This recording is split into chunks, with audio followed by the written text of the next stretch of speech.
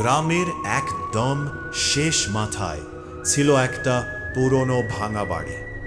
সবাই বলতো রাত হলেই ওই বাড়ির জানালায় সাদা শাড়ি পরা এক মহিলা দাঁড়িয়ে থাকে। একদিন সাহস করে রাহাত রাতে সেখানে গেল। দরজা খুলতেই ভেতর থেকে ঠান্ডা বাতাস বের হলো।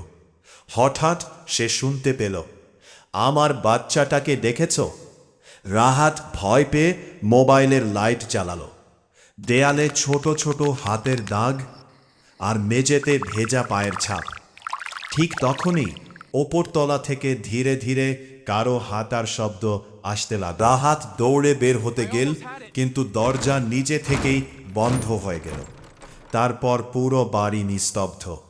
পরদিন সকালে গ্রামের লোকেরা শুধু রাহাতের মোবাইলটা পেল, আর ভিডিওতে শোনা যাচ্ছিল একটা ভয়ঙ্কর হাসি।